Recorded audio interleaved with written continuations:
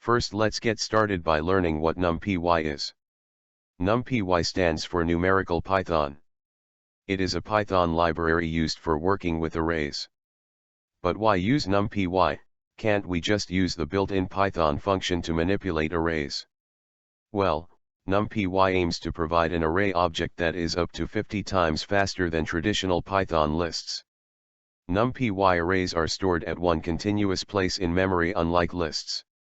Also, Numpy is written partially in Python, but most of the parts that require fast computation are written in C or C++. Numpy's main object is the homogeneous multidimensional array. By homogeneous, it means that all the elements have the same data type. Numpy's array class is called ndarray. It is also known by the alias array. The ndarray object has an ndim attribute which stores the number of dimensions in the array. As a side note, dimensions in Numpy are called axes. Anyways, there is also a shape attribute which stores a tuple of integers indicating the size of the array in each dimension. In my example, the outer array is of size 2 and the inner array is of size 3.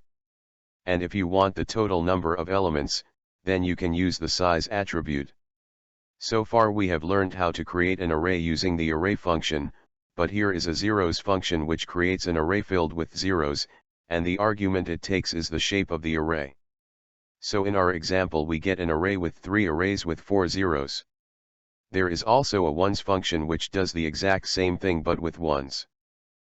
Another way to create an array is by using the arrange function, which is analogous to the Python built-in function range, but this returns an array. You can even use floating point numbers, but keep in mind, it is generally not possible to predict the number of elements you are going to obtain. For this reason, it is usually better to use the function linspace that receives as an argument the number of elements instead of the step. In my example, I chose 9 elements between 0 and 2. Now here I have 2 arrays, and with Numpy, you can perform arithmetic operators on arrays, which apply element-wise. For example, if I do ARR1 plus ARR2, then a new array gets created, and it contains the sum of the elements of the 2 arrays. This element-wise operation also works with other operators like subtraction, multiplication, and exponents. Some operators can even act in place to modify an existing array rather than create a new one. Now let's talk about indexing. One-dimensional arrays can be indexed, sliced, and iterated over, much like normal Python lists. For multidimensional array, you use commas to separate the outer and inner axes. We can use a colon to specify a range of indices.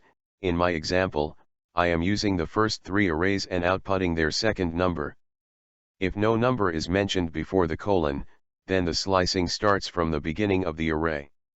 If no number is mentioned after the colon, then the slicing ends at the end of the array. Lastly, before ending this video, I would like to talk about data types. Python provides you with its own data types like string, integer, float and so on, but Numpy supports a much greater variety of numerical types than Python does. To see more of these data types, visit the Numpy webpage provided in the link below. Data types can be used as functions to make arrays of that data type. In my example, the numbers in the array will be a 32-bit float.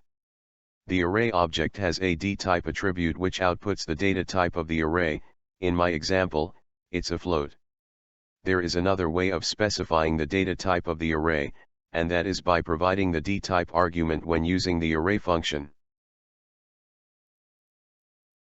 That is it for today. Thank you for watching and don't forget to like and subscribe.